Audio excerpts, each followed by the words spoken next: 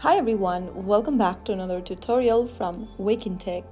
Today in this video we are going to be learning how to hide likes and replies in Threads application.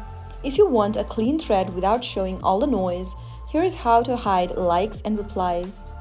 First of all, open up the Threads application on your device and log into your account.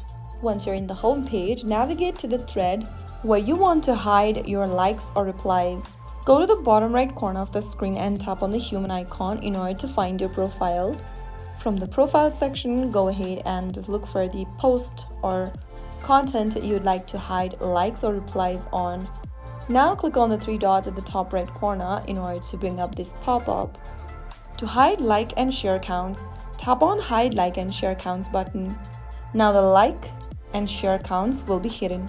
If you want to hide replies as well, you can go ahead and tap on Who Can Reply and Quote, and then click on one of the options.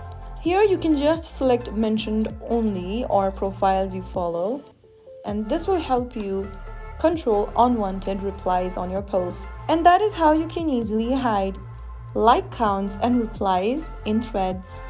If you found the video helpful, don't forget to like, share, and subscribe.